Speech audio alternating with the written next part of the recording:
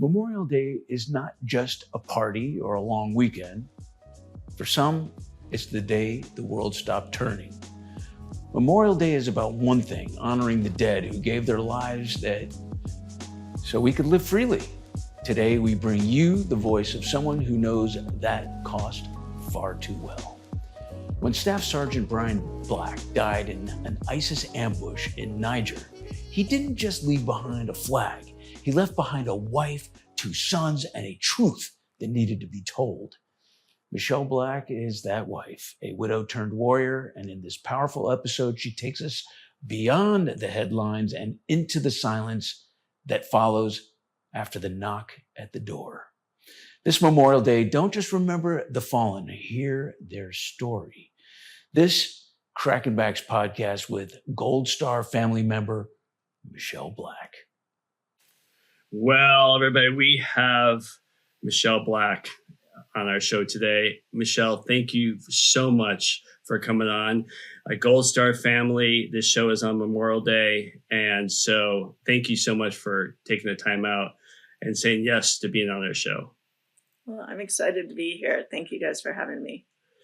You know, Memorial Day for many Americans means barbecues, long weekends, parties, thank you for your service, all that kind of stuff. But it holds a profoundly different meaning for families like yours.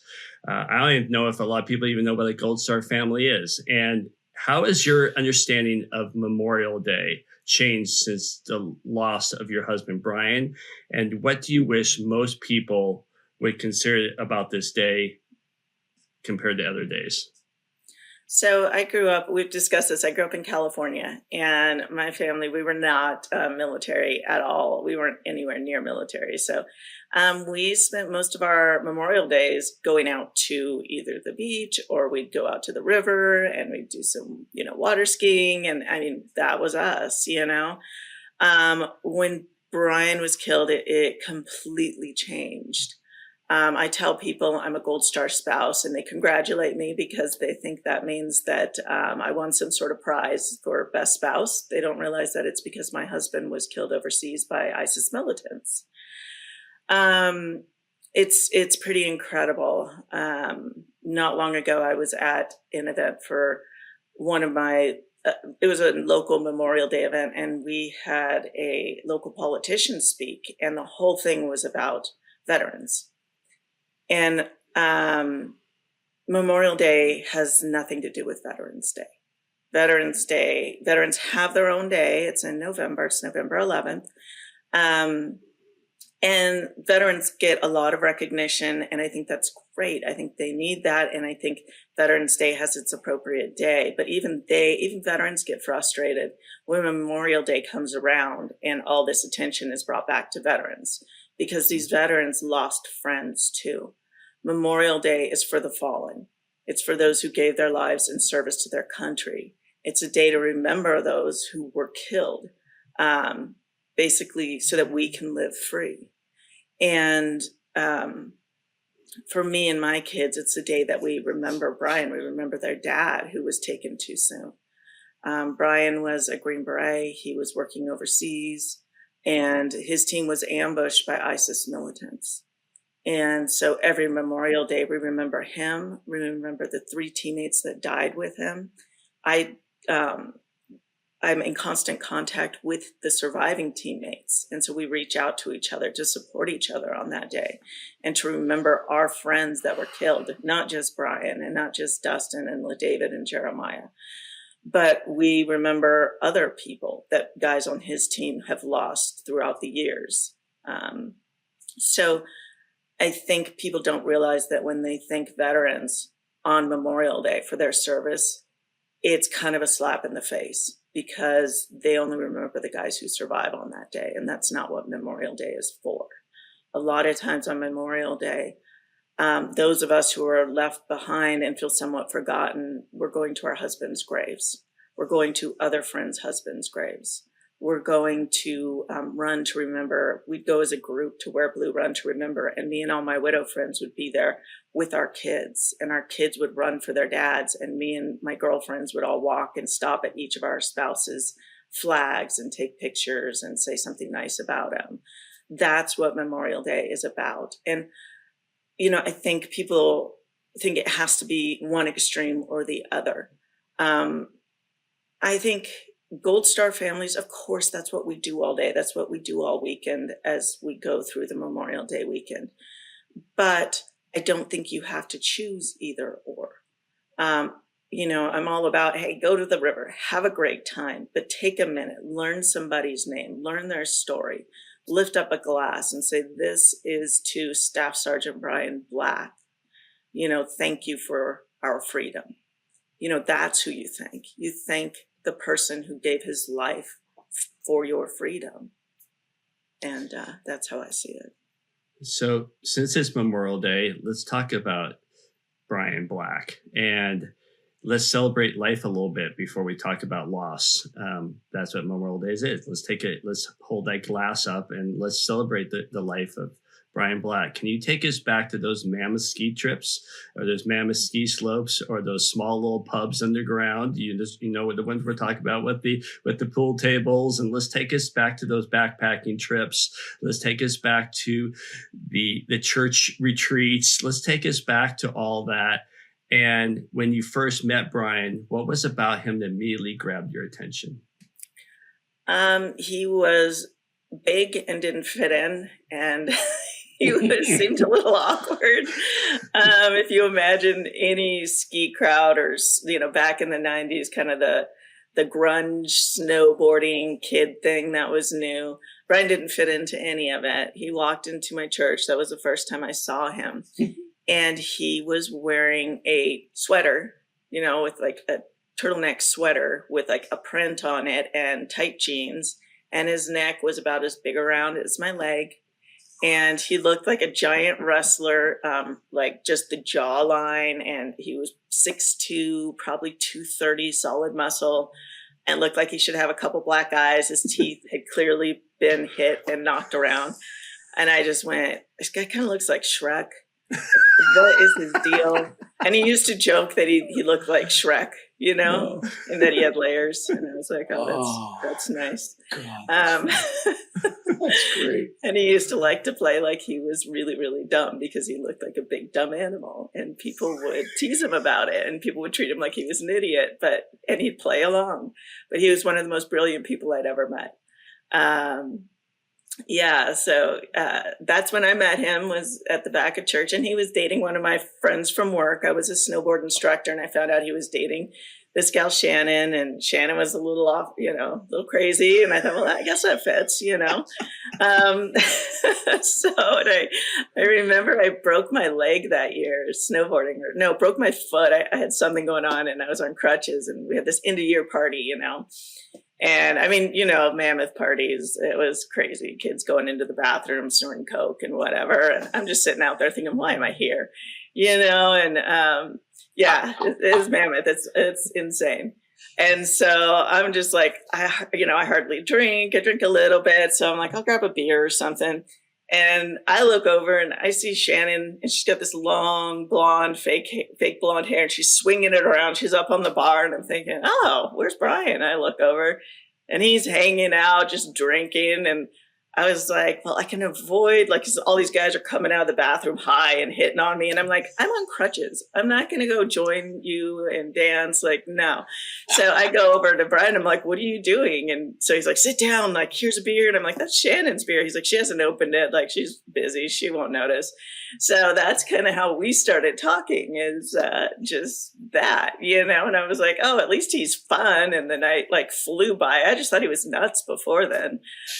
Turns out he was, super bright. I thought the same thing everybody did, big dumb animal.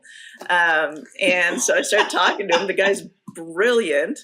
And so there were all these games that I could, play and beat everybody at. So he started coming over and hanging out at our house. We had this big house. It was 4 or 5 stories, and it was all the girls from church lived there. So he started coming over with his roommates, who were all the guys from church. And I remember we would play Chinese checkers, and I could beat everybody. So, I had this pattern down, and no matter what, I could always win. And Bryan walks in, and I beat him twice. And then he figured out my pattern and he beat me, and he beat me by 1 every time, just 1. Drove me insane, and he knew it, and he did it on purpose. And then he tells me one day, he goes, well, I used to play chess. And I'm like, used to play chess? What do you mean? And he goes, well, I won second at nationals when I was 12 years old. And I was like, oh, okay, well, we're not playing games anymore. I'm not playing with you anymore. And so then he's like, well, what do you want to do? And I would just ignore him and, start playing. I knit hats for all the places in the village there. And so he wanted to learn. So I was like, sure. And, had no dexterity. So he just kind of made a doily and, whatever, but he tried.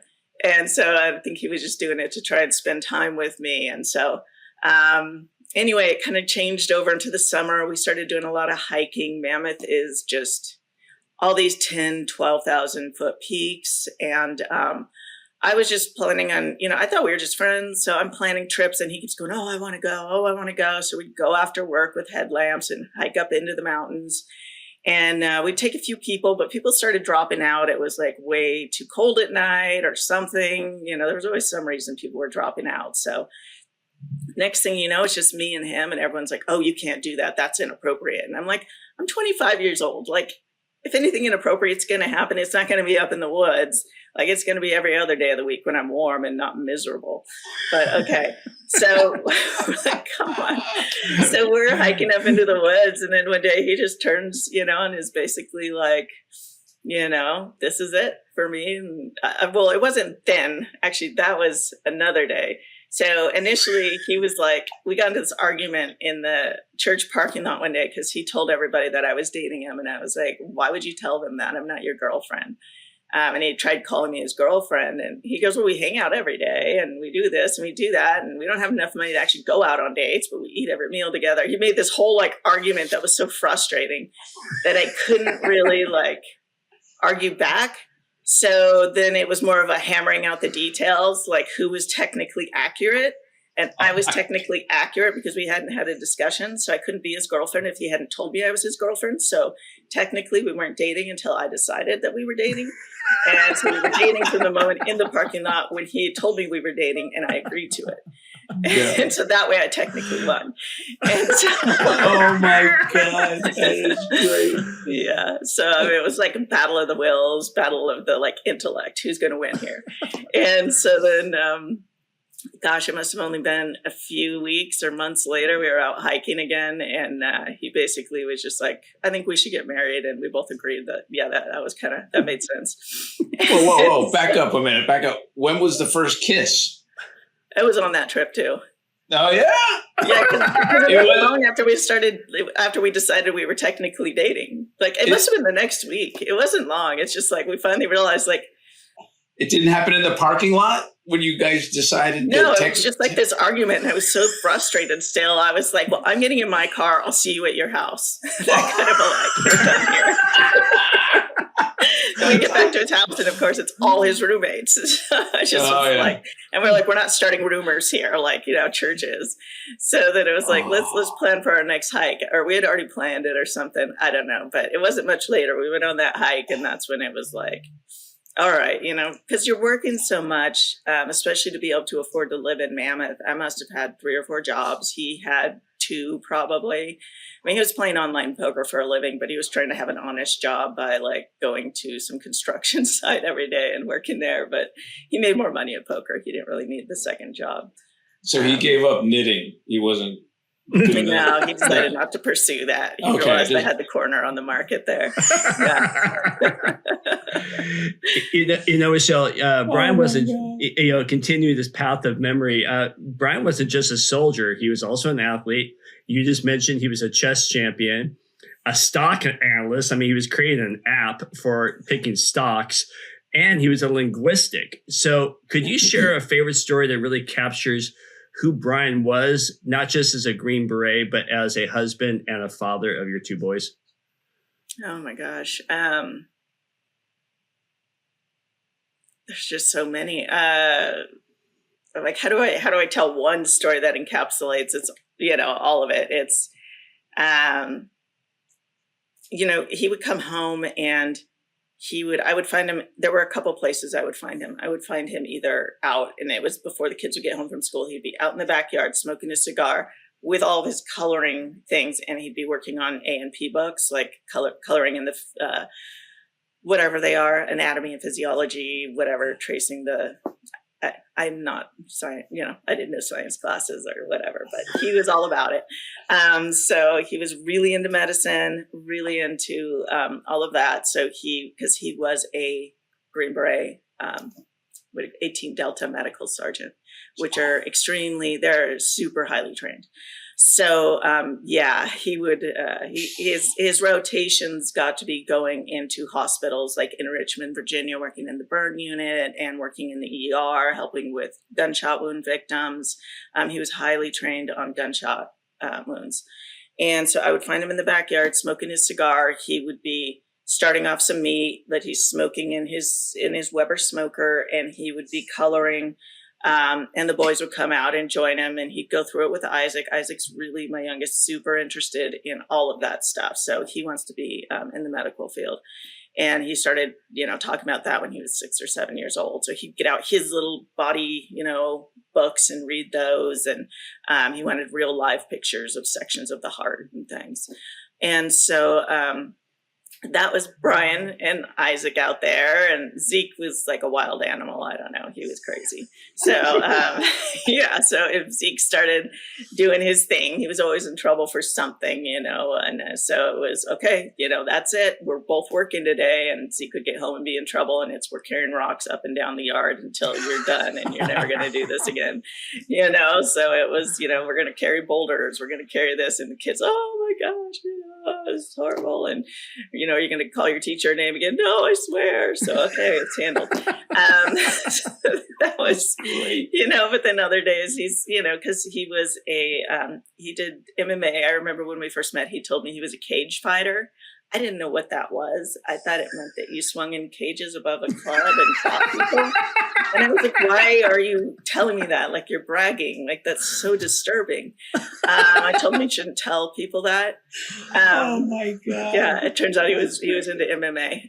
Yeah. Oh, that's funny. So then he got the boys into wrestling, and they'd clear all the furniture out in the front room, and he'd teach them like chokeholds and takedowns and whatever. And of course, he's 6'2", and they're like, 2 feet tall. And so they're having all sorts of fun. And the boys, Zeke was more like WWE. He'd jump off the couch and body slam Bryan, knock the wind out of him. It was awesome.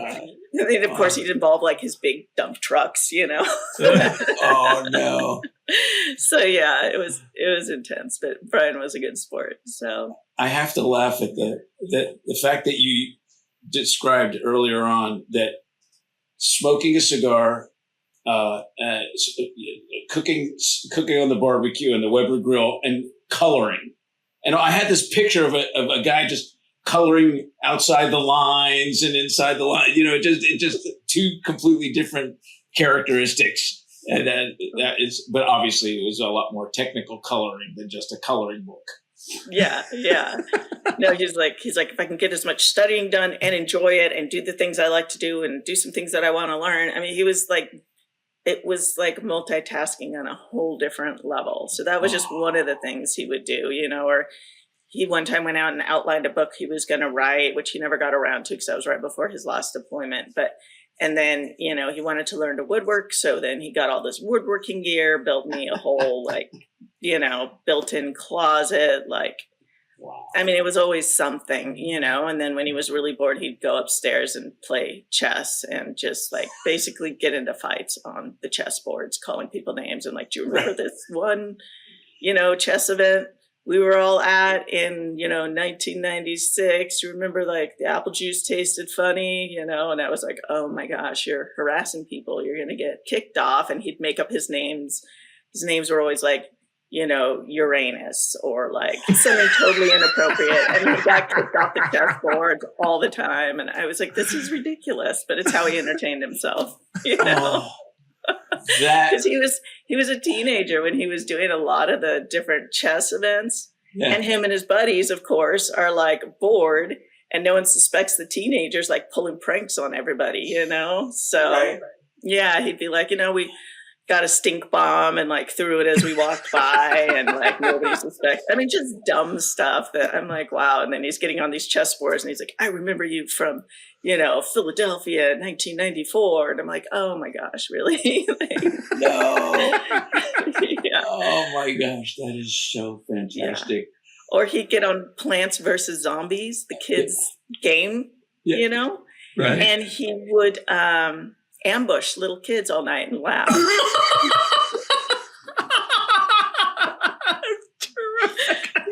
Yeah. He'd be sitting out there giggling while I'm putting the kids to bed. I'm like, what are you doing? It's like the minute the kids got off Plants versus Zombies, he got on, he'd get a beer and sit in the front room, drink his beer, and just ambush little kids. I was like, wow, that's great. That's a true menace to that game, Plants vs. Zombies. Yeah. That is great. I would hear my son in the other room, who's usually pretty reserved and quiet, yelling and cursing at somebody online, and we would go, "Who are you talking to?" It was probably your husband, but anyway. Oh my gosh, that's great! I tell you that is a great recollection of some really good times. I want to ask you about. I'm so curious. It's hard to relate to certain things like fears and risks of being in a military family, and having Bryan and you obviously had conversations about those risks before his deployment to Niger. What were some of the things that you chose not to dwell on, or certain things that you did communicate about? We didn't communicate much about risks, not with the first two deployments. The first one was to Afghanistan. I knew he was on a B team, so he wouldn't really be going outside the wire too much into risky situations. B teams are more support than anything else. They're not likely to get into a gunfight. They have incoming, rockets and stuff, but generally there's not going to be any issues. And so I never really worried about that. The first deployment to Maradi, Niger was like in the southern part, closer to Nigeria, which is, concerning, but it seemed pretty calm there. And I've always kind of gone with my gut. How do I feel things are? So I never worried, never really thought about it, never asked many questions. It was more of the attitude. Well, and I think because he had been in so many years of training, when you're going through the Q course, it's 3 to 4 years of training. Some are 2, it depends on the job, but because he had Arabic as his language and the medical as his job, his was longer. So, you're 3 to 4 years of him being gone for a month, back for a week, gone for 2 months, back for a month. And so you're getting used to these long stretches. Like he's never really there.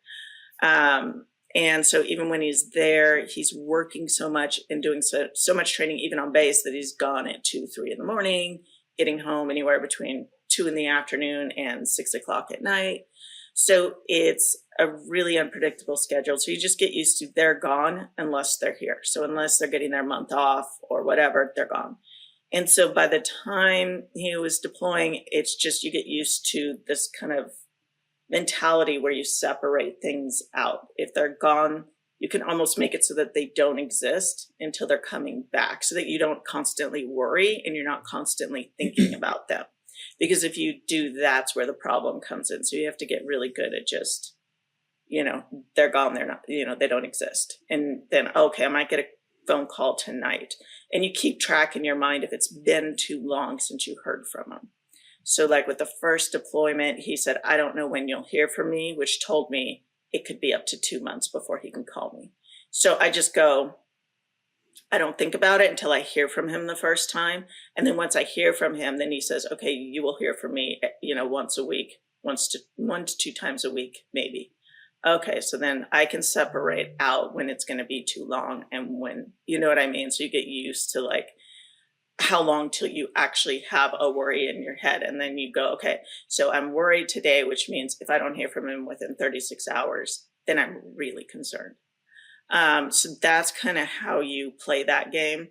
The second deployment was different because before he even left, I just had a horrible feeling deep inside me where I just went, this is not okay. Something's wrong. I don't want him to leave. Before it was just like, okay, like, have fun. I'll see you in 6 months, like peck on the cheek, whatever. I'll talk to you when I can talk to you. And this time it was more like, I do not want you to go.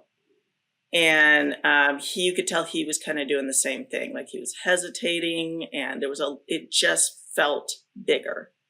And I don't know how to explain it. And from the day he left, I would catch myself walking through our kitchen, which overlooked the whole front of the house. And I'd look out to look for uniforms coming across the grass. So because it was only 5 weeks, I want to say 5 weeks into the deployment when he was killed. He left August 26th and he was killed October 4th. Okay, so you mentioned earlier about you have a good gut feeling about things intuitively. And so that day, October 4th, 2017, is the day that your world changed. But what did you experience before that you started realizing that something could have been terribly wrong? So I'd had this experience the week my dad died. And I was walking across my bedroom the day Bryan was killed. And it's just this overall feeling of peace. And I call it like the presence of God. I know with my dad, I'd always prayed that he would live long enough to see me get married. And then when he got married, I freaked out. And I was like, he knows my kids. And then I remember a day where I was living at his house with the kids while Bryan was in basic. And it was the same thing. I just finished a run with him. He went in the house and I felt the presence of God, like just solid peace come over me. And it was like, does he know your kids? And in my head, I said, yeah, he knows my kids. And I remember thinking it was almost like this handshake, like, like we've hit that point and what's fair is, like this is I don't know what you'd say, like the fulfillment of my agreement. And my dad was dead within 24 hours. And so this was the feeling that kind of came over me with Bryan. It was just this feeling of like, everything's going to be okay. This level of peace and presence. And then I remember thinking, like feeling that and then thinking, oh my gosh, what is wrong? And starting to panic and then thinking, no, he said, everything's going to be okay. I have to just accept that until I know what's wrong. And so by 9 o'clock, because that must have been 9 a.m. that day, probably about when the ambush was happening. By 9 o'clock that night, I had a knock at the door and Bryan was dead. Wow. So between Bryan and your dad, did your dad suddenly die or had he been sick for a while? And did you anticipate that happening? No, he suddenly died. He had a massive heart attack. So these are two events in your life that you had a premonition or you had a feeling. Do you feel that that's because of the closeness that you had with these two individuals, your dad and Bryan, that you felt something from above that you felt inside? I think so. Yeah, I imagine so. I think when you have a real close relationship with someone and it's going to change your whole life and, how you react to it is going to affect everything. I think it helped. Like, I think I feel it coming. And I also think it helps me when I know ahead of time with how I react and handle things. With my dad, there was just so much chaos and there were so many people because I was living with my parents at the time and Bryan was at basic and I had 2 little kids and one's on the spectrum and I have a huge family and everybody, it just was like this huge explosion of chaos. And so to be able to remain calm and not be someone panicking was important. And I think it was just that piece that came with it that helped. And I needed that. And I think some people around me probably needed that too. And same with Bryan. I mean, it was a huge explosion. And the kids needed me to be calm. Everybody needed me to be calm. And I mean, you have shock naturally, which helps. But to not panic in that situation is also important. So, yeah, I do think because they were so close to me, which is why I felt that. Michelle, feeling that sense of control, that emotion that would normally wreck people, you held it together. Why? How did you hold it together? Because I mean, I've seen people get hysterical from a death, even one that they know that's coming because somebody had been sick for so long or in hospice or what have you. How do you do that? What was it that summoned that ability to pull together? I think it's a whole mixture of things. I think the more and I don't know if this is always true, but I think sometimes when you've gone through a lot of really difficult, scary situations in your life, you begin to realize, and I think, ER doctors probably experience this, you have to remain calm because freaking out isn't going to do anything. And in the end, everything is going to work out and you only have so much control of every situation. And, it's like me and my sister both have a seizure disorder. And I remember the first time my sister had a seizure, and we have two different types. And she was 12 when she developed hers. And I remember I thought that she had fallen and that's why she'd had one. And I remember panicking and freaking out. And then she, continued to have some over the next couple of years. And then eventually she was fine. They got her medication, they got her figured out. And I realized whether I've panicked and, ran up and down the driveway trying to flag down emergency vehicles and came unhinged, like she doesn't know the difference. She woke up, she's fine. Everything's fine. And if everything hadn't been fine, my freaking out wouldn't have made a difference. And then of course I start having them, and anybody panicking around me, they made the situation worse. They never made it better. And I was perfectly fine, but to them, the whole world had exploded because they saw someone have a seizure. And it's like freaking out never helps anything. You're more likely to help if you're calm. And my freaking out isn't going to bring Bryan back. It wasn't going to bring my dad back. It was more important to me to figure out what the next steps were, because life continues no matter how much you don't want it to. You want to stop, like when Bryan died, I felt like I died too, but I had kids still there. I had his parents there. I had people that I needed to keep alive and keep moving forward and keep up with life. So I think that's more what it is. That is a characteristic or attribute that needs to be commended, because sometimes people, freaking out becomes their identity and they worry about everything. And that is obviously not a healthy thing to experience. It raises cortisol levels, stresses you out, get you old fast, So I commend you on that. And I delved into that because I want people to be able to adopt that kind of character. Everything will be all right. It's okay. Hope for the best. Anticipate the worst.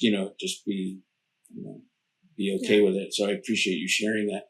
With that said, shortly after all that, talk about more freaking out. But you had found yourself immersed in a national spotlight, dealing with not only grief but a massive amount of media attention. And I remember this going on, even the country, the condolence you got a call from President Trump, and it was a condolence call. I remember hearing about this. So it's almost, an honor meeting the person that was involved in this epicenter of this, so what was it like managing that personal loss through such public scrutiny? I don't think it gives you enough room to actually grieve. Mm-hmm. I remember thinking that I wished Bryan had just died a normal death. Like, I wish that was it. There were multiple things I felt. I wish that he had died And his death had been able to stop the deaths of the rest of his teammates, because then there were more families having to go through that agony.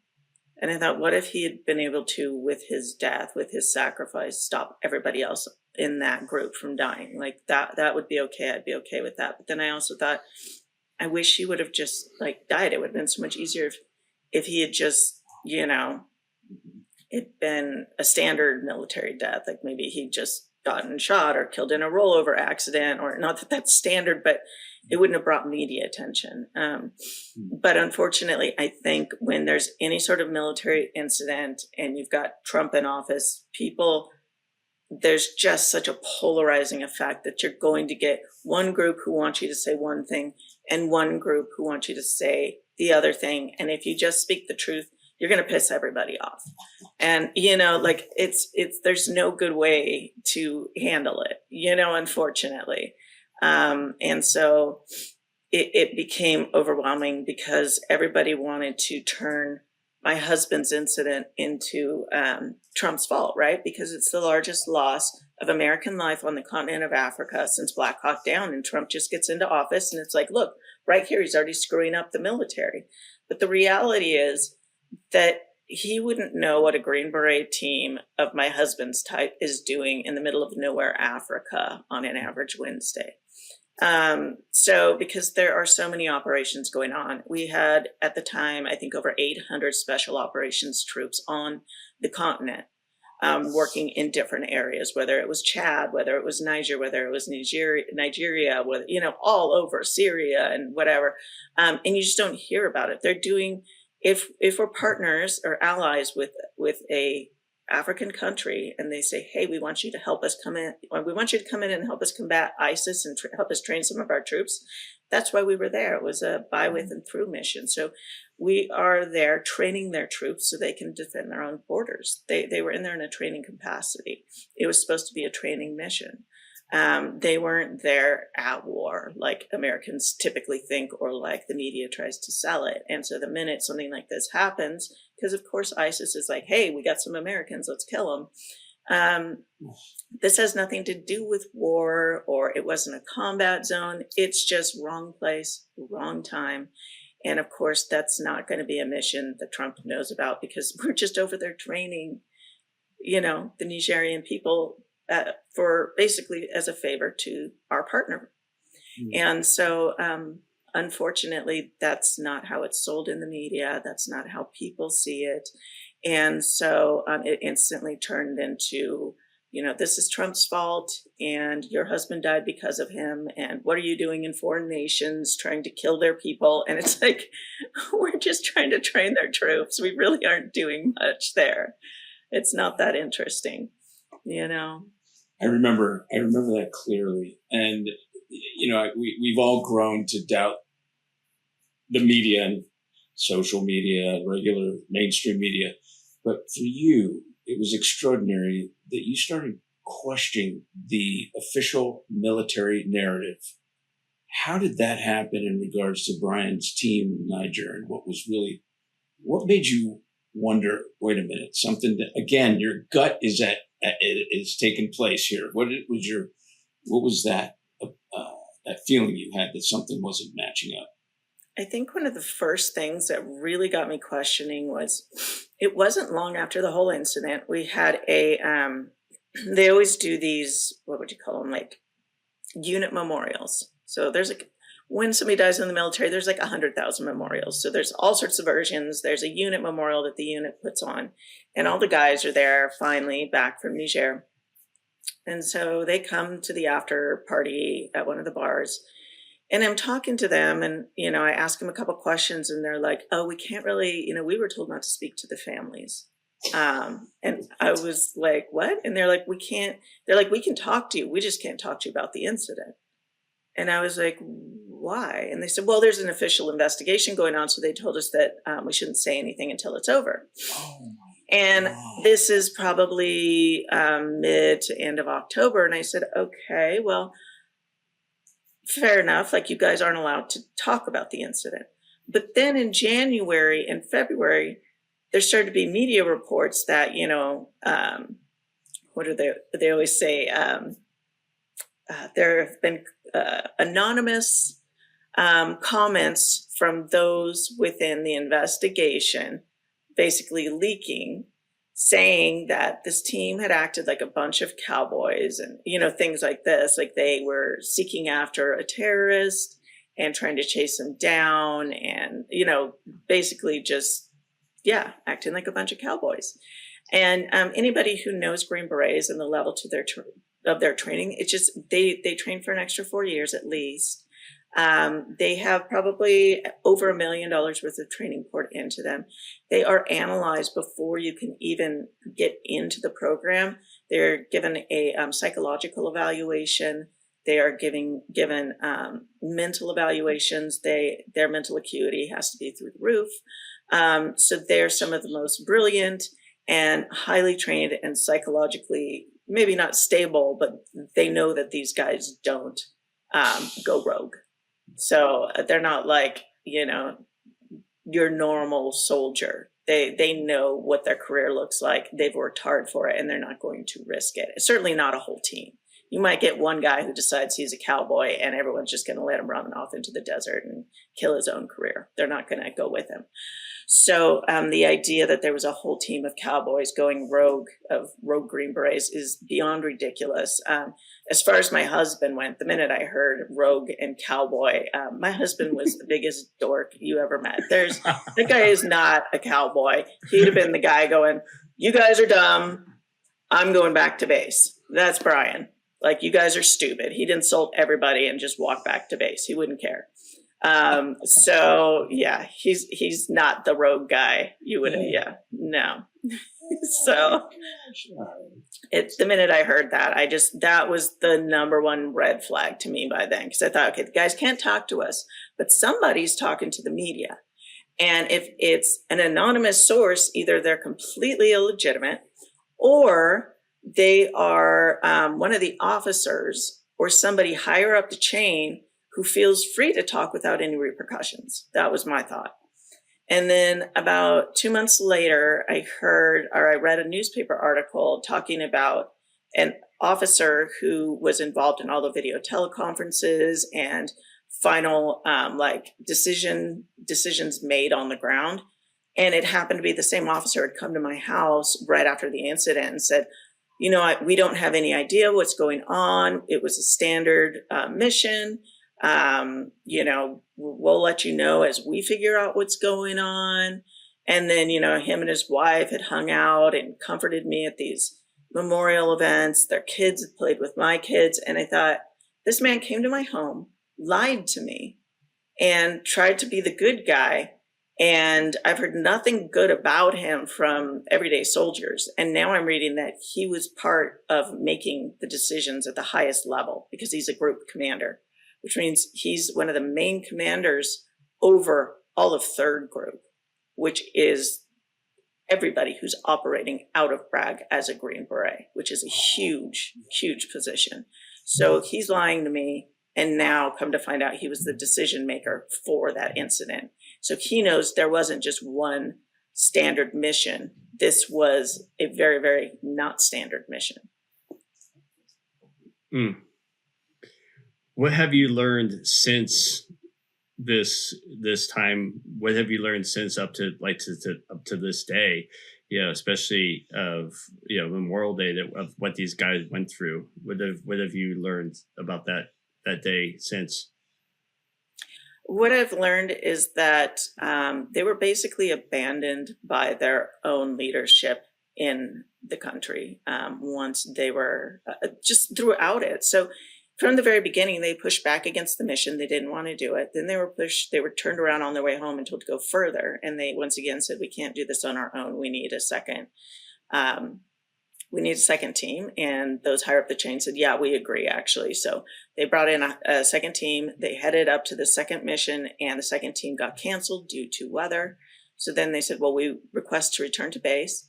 And then the leadership said, no, we still want you to complete the mission without doing all the checks they need to do, like making sure that the threat level hasn't changed. Because if the threat level is still the same, then why is it suddenly okay for one team to go? It's not. So they didn't run these threat assessments. They didn't do any of their due diligence. And then they didn't even fill out their concept of operations report properly. They didn't, there's like, who, what, when, where, why, how. So they have to have all that filled out, run their second threat assessment and fill it all the way out. And then they could say, okay, this mission is solid and send the guys ahead. On the third one, they didn't fill it out properly. They didn't get all that information. They just wanted them on the mission, so they ordered them ahead. These guys were not prepped for a 3-day mission. They were prepped for a 1-day mission out in the desert of Africa, sub-Saharan Africa.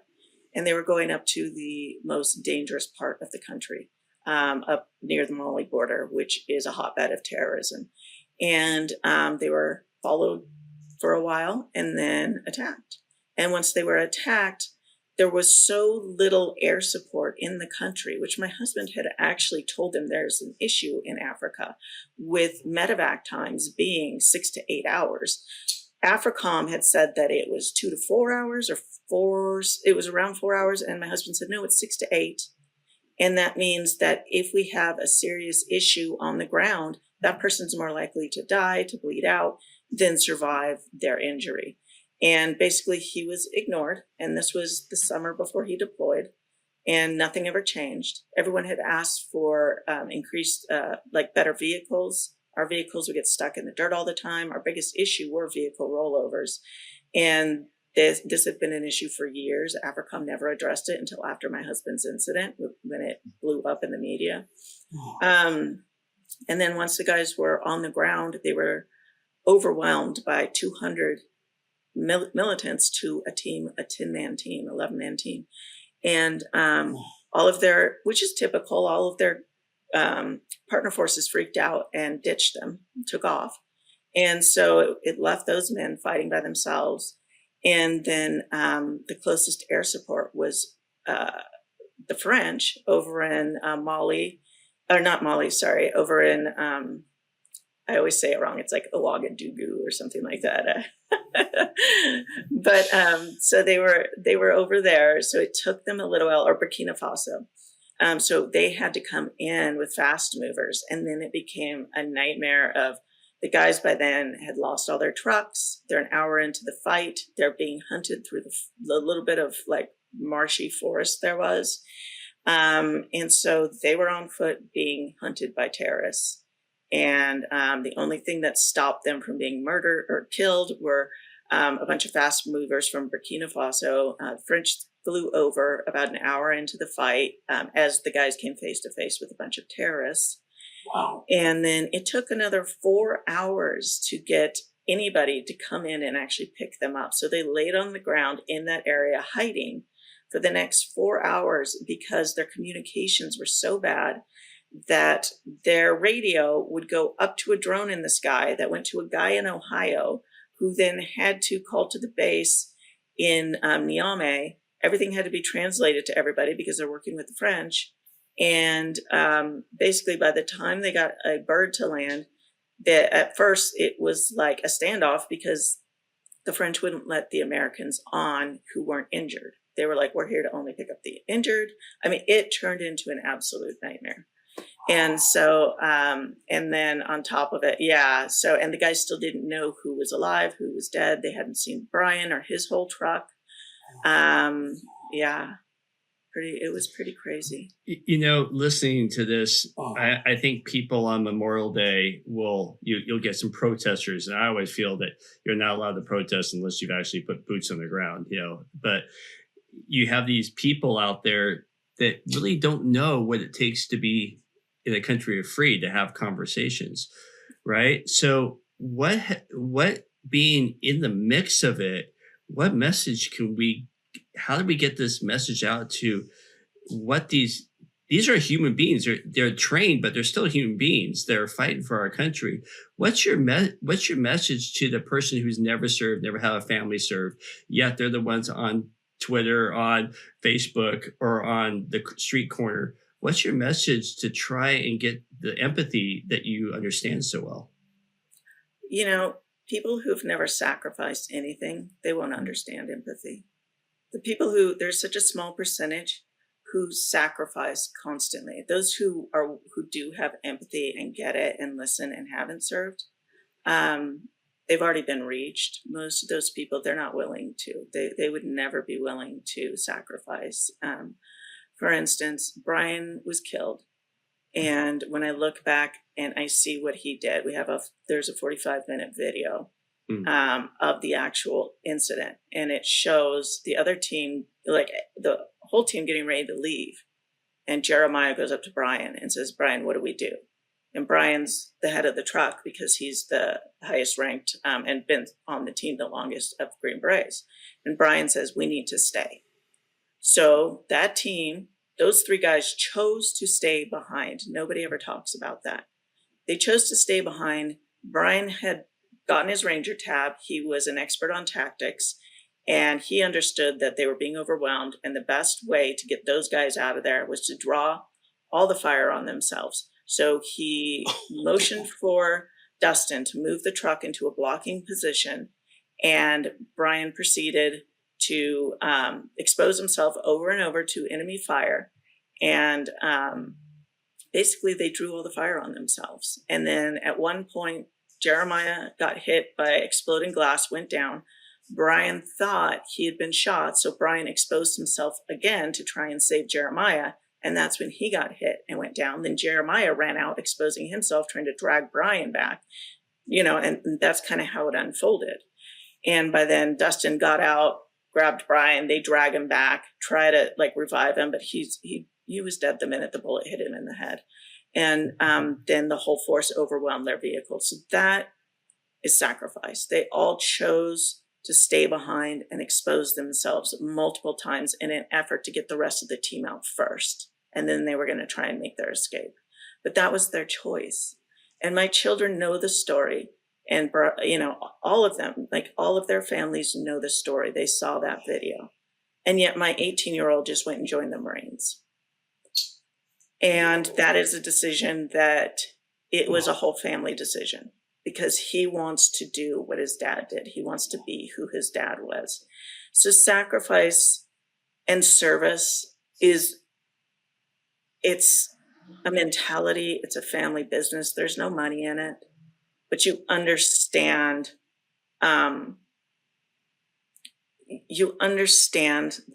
what it's worth. Right. And so I didn't understand the worth of it before. Growing up, we had airplanes, we had boats, we had this nice, chill life. I was never worried about anybody. It was great. I wish I could live that checked out again, but I am so proud of my son. I'm so proud of what Bryan did. And I don't stand there in front of the flag now and just hold my hand over my heart and say, hey, this is so nice. I pledge allegiance to the flag, and I'm thinking America, I'm a patriot. I put my hand over my heart to America because that's the thing I recited in school now. I think I have a much deeper understanding now because not only have I seen the flag, it's tall, standing from a flagpole, tall and proud, right? Everybody has, and there's that big swelling of pride. But this flag behind me, it's stained with Bryan's dried blood. It was handed to me after they placed it over Bryan when he was very first killed.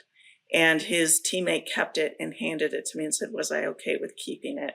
He saved it for me. So I've got a flag with my husband's dried blood on it. I've seen a flag, through tears laying across a wooden casket when they lowered him into the ground in Arlington. And I've seen it folded up in the arms of my children. And I'm acutely aware that that could all happen again because my son is serving. And that is something that you can't teach. And when you experience, it changes you to your core. And you understand that the America I grew up in is the America I want to see in the future. And there are people out there willing to give their lives to make sure it stays that way. And I don't care who the president is. I don't care who the politicians are. I care that America and Americans hold those values throughout eternity, because we are the one nation that cares about keeping freedom, and also, as the Green Beret motto goes, "De oppresso liber," working to free the oppressed. So, Wow. I got to tell you, Michelle, you addressed the core of what Memorial Day is about. I mean, the things that we take for granted, like saying the Pledge of Allegiance, you shed a completely different light on the power and the emotion that is really addressed when you pledge allegiance to our flag. So, I thank you for that. I'm so curious as how you got so much detail about what really happened and why that was, kept from you, obviously to avoid, blame and fault and all that. But you obviously did a great job, and you write so well. It's riveting. Some of what I had read that you were responsible for. Please tell me, how did you find out so much detail? Was it pieces or just from one person? So once the investigation was complete, they had our family go to a family briefing. Each family got briefed, and we could go through and ask questions, they said, and rewind and whatever. But what I found was that I could ask numerous questions, and certain questions a lawyer would stand up and answer for everybody else, which was an indicator to me that I was getting a lot of answers that weren't answers. They were just the right verbiage. And there were times when he would hand me backhanded compliments, like, would you like to give us a suggestion? And I'd say, yeah, I think you guys should get little language training manuals and train these guys, because the first thing that happened was I'm getting into too many little details, but basically their interpreter got up and left. And in Africa, they speak, over 20 languages, and they couldn't communicate with their partner force, which delayed them and caused more deaths because they couldn't get them to load up into their vehicles. And I said, Bryan may have spoken Hausa, but he didn't speak Zulu. He didn't speak all these other languages, right? And when you've got a huge partner force of 30 people, they might speak 30 different languages. And so I said, why don't you get them a little book of languages, of common phrases in each language? And it could just be 10 words, like get in the car, go, stop, fire. And I remember the response from the lawyer was, well, Mrs. Black, that's really a great suggestion, but not everybody is as talented at languages as your husband is. And I thought, my God, he thinks I'm a complete moron if he thinks that I'm going to fall for this. Like, he's just being an ass. I mean, let's be real. And so I just said, okay, thank you. But by the end of that, I realized they didn't respect the families whatsoever. And they were still saying that you need to realize that Mike Perzini and the other men on the team are at fault for this. And they were trying to say it very nicely. And, but don't worry, Mrs. Black, we will make sure that they're held responsible. And no matter how many ways I asked, well, what about this concept of operations report? What about this detail? What about that? They just kept saying, well, that was made by them and they did it wrong. And these people may have done it wrong, but they're higher level and they can approve those things, and they got the right approvals. Mike didn't get the right approval. I mean, it was all this like semantics essentially. And so finally I said, okay, well, that's great. And they said, don't worry, we will make sure that they are held accountable. And I thought, well, surely this isn't going to happen. There's still a media brief, and that's going to be held with the commanding general of AFRICOM, who I hadn't gotten to speak with. And he didn't show up to our briefing. So I thought he will make sure to set this right. And instead, he repeated those same lines. And at the end, someone said, well, what's the deal? Media's asking questions. Are they really, operating well? Or, you happen to call them cowboys. And the general said that while all teams on the continent are performing optimally, this team is not indicative of what special operators do. And as you can imagine, I think I threw my phone across the room and it broke. I was so pissed. I was like, okay. That may have been the first time I totally panicked and started hyperventilating because I just was so upset. he had just insulted my husband and everyone who had fought and died alongside him. And I just thought, this isn't going to stand. And if I'm the only one who can affect this and bring the truth, then so be it. So I called up the men on the team. Actually, I think I talked to him at some ceremony we were doing for Memorial Day, ironically. And I said, this is what I want to do. I want to interview each and every one of you one at a time. And I want to hear about what exactly happened on the ground. And they said, oh, no, we don't want to involve you. And I said, the day my husband died, I became involved. What are they going to do? Kill my husband? Lie to me? Play his death on TV? Sue me? I mean, I'd love to see him sue me. That would be fantastic. Sue a widow. And that would, yeah. And so they finally were like, you're right. They were already gearing up to be slapped with Article 15.6s, which would have ended their careers. And so I said, at this point, there's nothing that is going to get you in more trouble. So why won't you just sit down with me? And I said, the next thing you know, the media who have been blaming you this whole time are going to become your best friends and want to interview you. Do you trust them or do you trust me? Wow. And so they went, okay, we'll talk with you. And so I think it took about 2 or 3 months. I started sitting down with them one at a time and going through everything. I talked with Casey, who used to be a part of the team, and now he was working back at the AOB running communications to the men on the ground. And then anything extra I wanted to ask of officers who didn't want their names involved, he would just ask them for me, and I'd get all the information I wanted. Wow. And then, so off the record, and then I would give them fake names. And then I interviewed multiple, all the guys who were on the ground, except for 1 or 2 who just didn't want to be interviewed. And then a former South Africa commander and I think General Baldock. I interviewed Alan Van San, who was a major who lost his job over the incident, but was not in country. He was on paternity leave at the time.